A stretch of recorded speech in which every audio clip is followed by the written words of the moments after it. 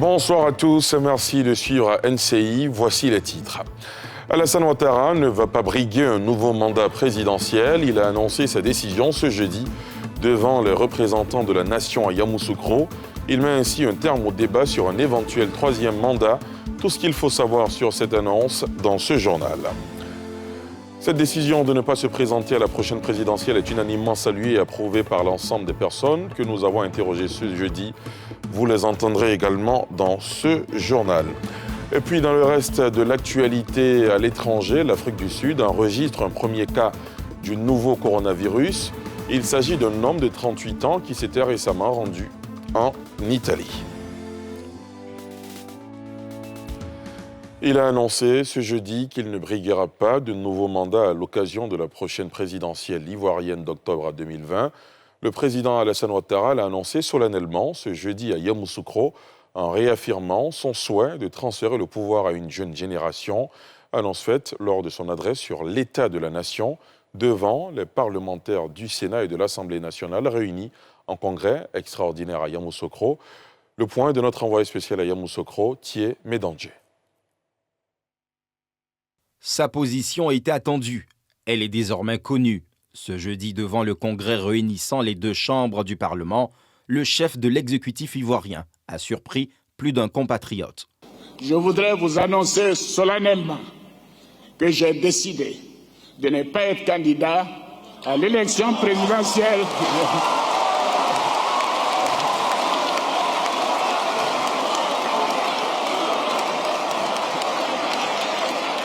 À travers cette décision qui clôt désormais tout débat sur son éventuelle candidature au scrutin présidentiel d'octobre 2020, le président de la République Alassane Ouattara dit se conformer à son engagement de passer la main à une nouvelle génération. Cette décision est conforme à ce que j'ai toujours dit, à savoir qu'il faut laisser la place à une jeune génération.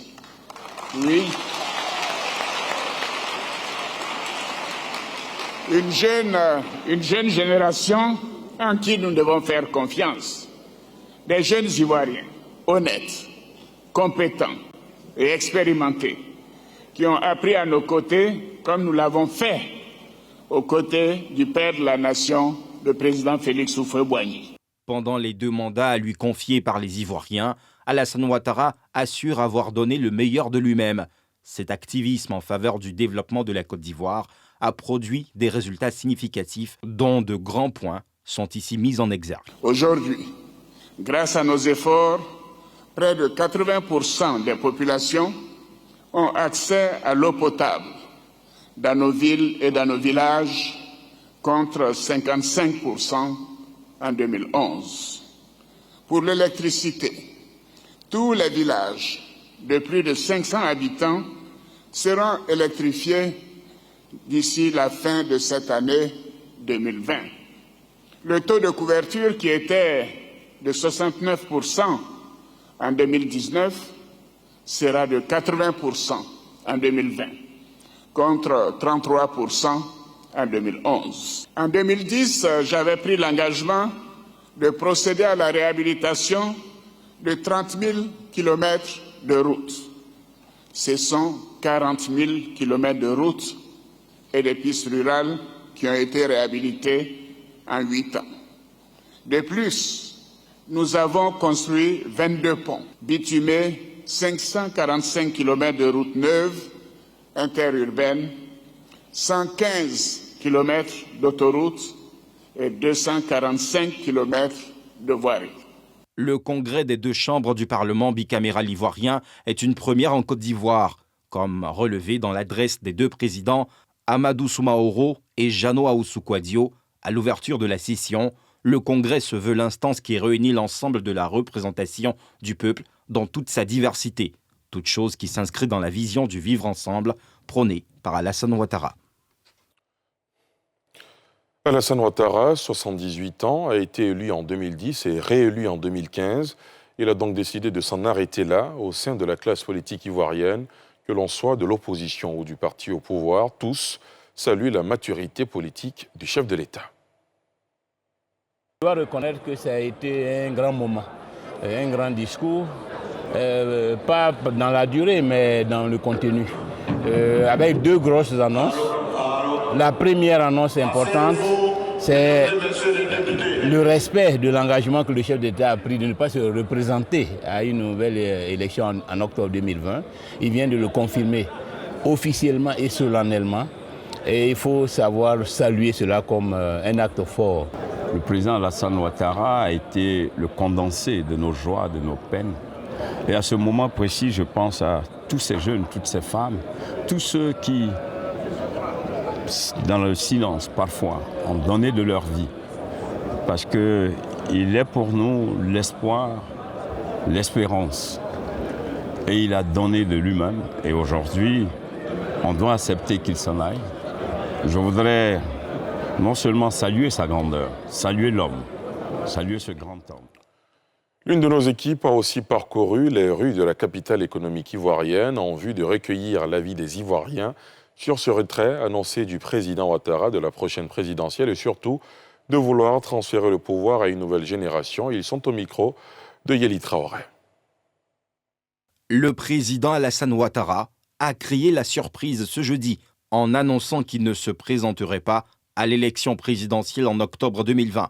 C'était lors d'un discours devant le Congrès réuni dans la capitale politique Yamoussoukro. Le président entretenait, depuis des mois, le mystère sur son éventuelle candidature à un troisième mandat. Sa décision a fait passer au second plan l'annonce de la réforme constitutionnelle, qui était pourtant l'ordre du jour initial de la réunion. Les Ivoiriens rencontrés dans les rues d'Abidjan saluent unanimement la décision du président. L'annonce, on vient tous de la prendre et à vrai dire, c'est une annonce qui ne me surprend pas, qui ne me déplaît pas non plus. C'est une décision vraiment sage de la part de notre président parce que c'est des comportements qui ont été critiqués, d'ailleurs par lui-même. Voilà, après qu'on a fini son mandat, il faut laisser aussi d'autres personnes la possibilité de mettre en évidence ce qu'ils ont pour le peuple. C'est une bonne nouvelle. Ça décrispe l'atmosphère. Je pense qu'il faut laisser la place à la jeunesse. Il a été démocrate. Je pense que c'est une très bonne nouvelle. J'accueille avec une très grande joie. Je pense qu'à chaud, c'est bon pour la démocratie et fidèle à ce qu'il avait dit. Le président a eu raison, puisque certains chefs d'État africains passent 3 ans, 5 ans, même 30 ans au pouvoir et ils se représentent. Alors je crois qu'il a pris une décision très sage pour que le pays puisse avancer dans la paix, oui. Je trouve que c'est bien et c'est sage de sa part, en fait, pour la paix et pour la démocratie, c'est sage de sa part. La constitution ivoirienne n'autorise que 2 mandats. Mais le président Ouattara, 78 ans, élu en 2010, puis réélu en 2015, estimait avoir le droit de se représenter en raison du changement de constitution en 2016, ce que contestait l'opposition. Celle-ci salue d'ailleurs la décision présidentielle. Dans le reste de l'actualité à l'étranger, l'Afrique du Sud enregistre un premier cas du nouveau coronavirus. Il s'agit d'un homme de 38 ans qui s'était récemment rendu en Italie, comme nous le montre Yeli Traoré. Premier cas de coronavirus en Afrique du Sud. Le gouvernement a annoncé le premier dans le pays ce jeudi. Il s'agit d'un homme de 38 ans qui a récemment séjourné en Italie. Cet homme et son épouse faisaient partie d'un groupe de 10 personnes qui est rentré en Afrique du Sud dimanche, selon le ministre de la Santé, Zweli Kizé. Nous avons confirmé l'existence d'un patient qui a été testé positif pour le virus Covid-19 pour la première fois dans le pays et ce patient a été identifié dans la province du KwaZulu-Natal.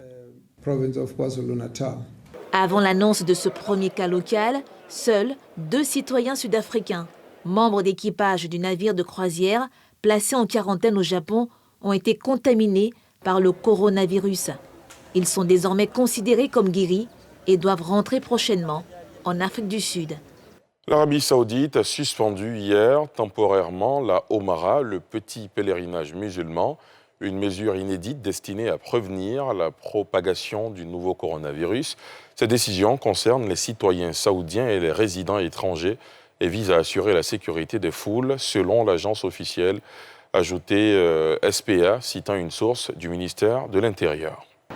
Suspension temporaire de la Omra, le petit pèlerinage musulman.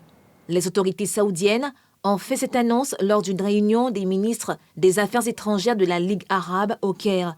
Le but de cette suspension est de prévenir la propagation du nouveau coronavirus dans le pays.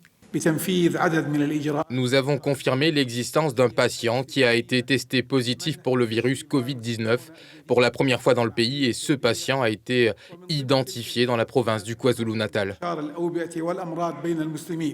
Les autorités avaient déjà suspendu il y a une semaine l'octroi de visas pour la Omra. Celle-ci attire chaque année des millions de pèlerins dans le pays. Le ministère saoudien de la Santé a confirmé lundi un premier cas de nouveau coronavirus dans le royaume, une personne testée positive après son retour d'Iran. Aux États-Unis, Joe Biden a effectué un spectaculaire retour en force dans la course à l'investiture démocrate pour affronter Donald Trump. Son rival Bernie Sanders résiste cependant, laissant augurer d'un âpre et long combat, un sujet que vous pourrez voir dans nos prochaines éditions. Tout de suite, direction Cocody où s'est tenu un atelier sur la lutte contre la sinusite, une maladie qui touche plusieurs milliers de personnes, un sujet de Salif Yalekwe. La sinusite, une inflammation des sinus, maux de tête, sécrétion nasale jaunâtre, rhume banal, fragilise entre autres le malade, un mal qui ronge de nombreuses populations. Ce centre situé en plein cœur du quartier de la Riviera 2 s'est spécialisé dans le traitement de ce mal avec l'aide de plantes. Une référence qui dépasse les frontières du pays. La médecine alternative, aussi nous préférons la médecine traditionnelle africaine, clame haut et fort que la sinusite se traite et se guérit en Côte d'Ivoire. Que plus jamais personne ne meurt de sinusite dans le monde. Le chemin est long et le plus dur commence maintenant pour le CNS Sinusite qui ambitionne de développer le tourisme médical avec pour destination la Côte d'Ivoire. Les performances de cet établissement l'ont hissé au 3e rang de la 7e édition du Prix national d'excellence 2019. Et pour la première fois, un centre de médecine est honoré à travers cette distinction. D'où l'importance de la médecine traditionnelle, un secteur qui bénéficie de l'encadrement et du soutien de l'État ivoirien qui invite toutefois les populations à la prudence. Au départ, on n'y croyait pas, mais au jour d'aujourd'hui, on se rend compte que la médecine traditionnelle est efficace par sa pratique, mais également les produits utilisés. Les médecins donc sont formés sur les acteurs, ils sont également formés sur les médicaments à base de plantes. Donc on conviendrait avec moi que ce n'est pas de la narque, c'est réel. C'est le lieu d'inviter tous les praticiens. Celui qui est bien formé, qui est identifié, il faut dire qu'il y a beaucoup de charlatans qui peuvent faire tout à la fois. Non, il y a des spécialités dans le domaine de la médecine traditionnelle.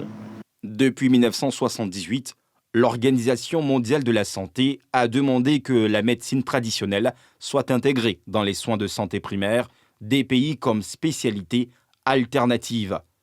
L'État de Côte d'Ivoire a créé depuis 2001 le Programme national de médecine traditionnelle pour respecter les engagements, les recommandations de l'OMS d'utiliser la médecine traditionnelle qui est désormais intégrée dans le système de santé publique du pays.